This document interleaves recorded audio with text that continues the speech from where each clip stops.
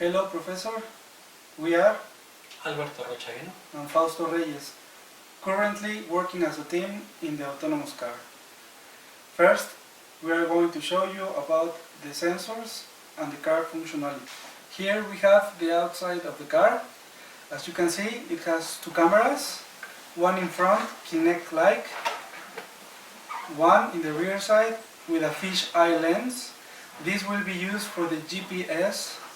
Also, we have back lights using LEDs, front lights also using LEDs, and here on the left side we have the power on and power off buttons. To start the car, first we need to press the green button for about 3 seconds, so the Android board will boot up. And to switch off, we just need to press the red button. Next, my colleague Alberto will explain about the inside of the car. Now, in the inside we have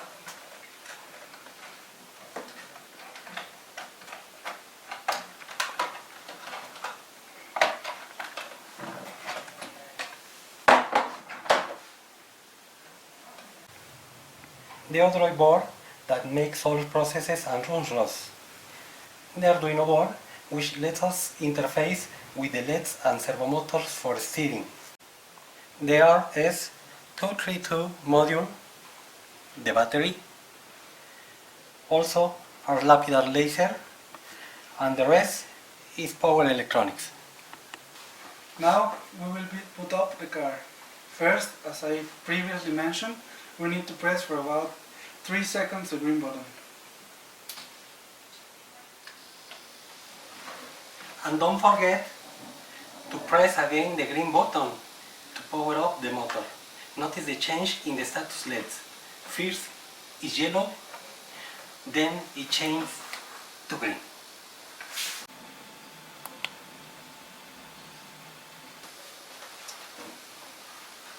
Also notice that as the Android board is booting up, also all the components are booting up.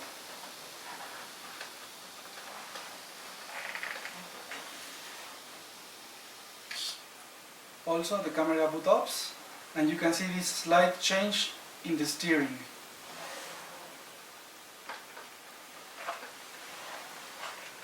Now we will show you how the car works using the computer.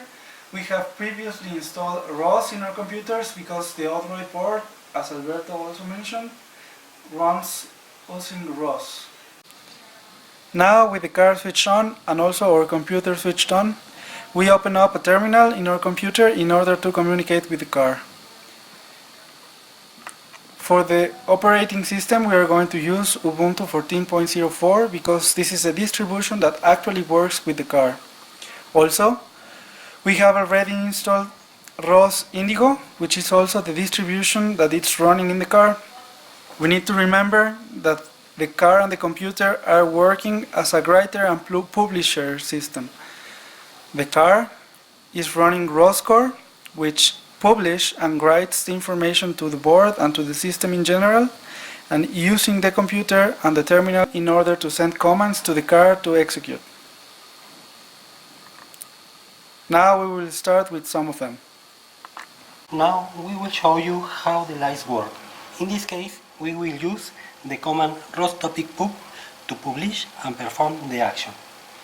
With the parameter LE, turn on the lights left.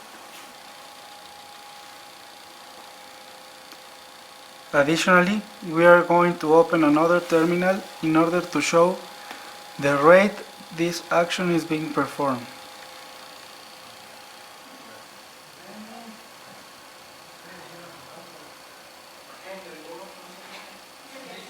Besides from blinking the light on the left side, it's also blinking the light on the rear side.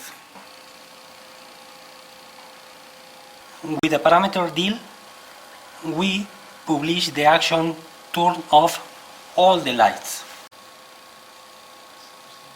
Parameter RI, turn on the right lights.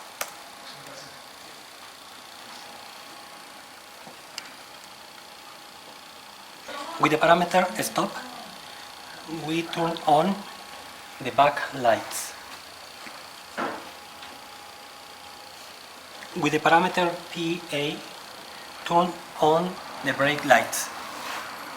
With the parameter RE, turn on the white lights at the back for going backwards. With the parameter FR, turn on the two white headlights for driving at night.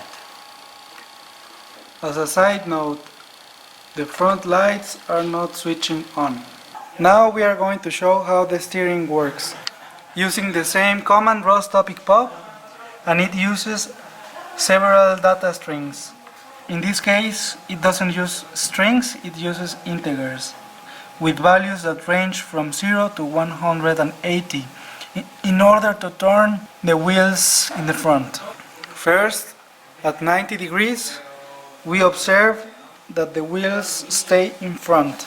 Now we are going to show how it behaves with 0. As you can see, it makes a turn to the right. Now, how it behaves with 180. Additionally, we can also use 45 degrees and 135 degrees. First, we show 135 degrees, and then we show 45 degrees. As you can also notice, we are also using two computers, and this is possible because the car is connected to the Wi-Fi spot, and also the computers are connected to the same network. To turn on the motor, we need to run the command ROS launch motor communication. Right now we are going to test the car movement using two computers, one to control the speed and one to control the steering. It's important to notice that if we send negative values to the speed, it will go forward, and if we send positive values, it will go backwards. For steering, we use the same command ROS topic view and the topic manual control steering with the parameter 180 brakes. Now the car is going at 250 of value with a steering of 180 degrees.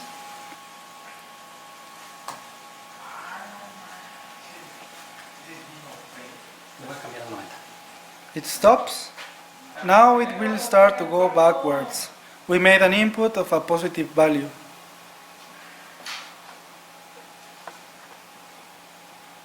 We are going to show the cameras. The RGB camera using the default GUI. As you can see,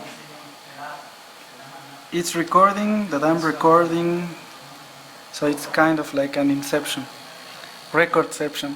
Now you can see Alberto. We are using RQT. Also you can use RVs. Say hi to the camera, Alberto. Using the same RQT, we are now going to show the depth in the camera. The eye are using the same. The fish eye lens.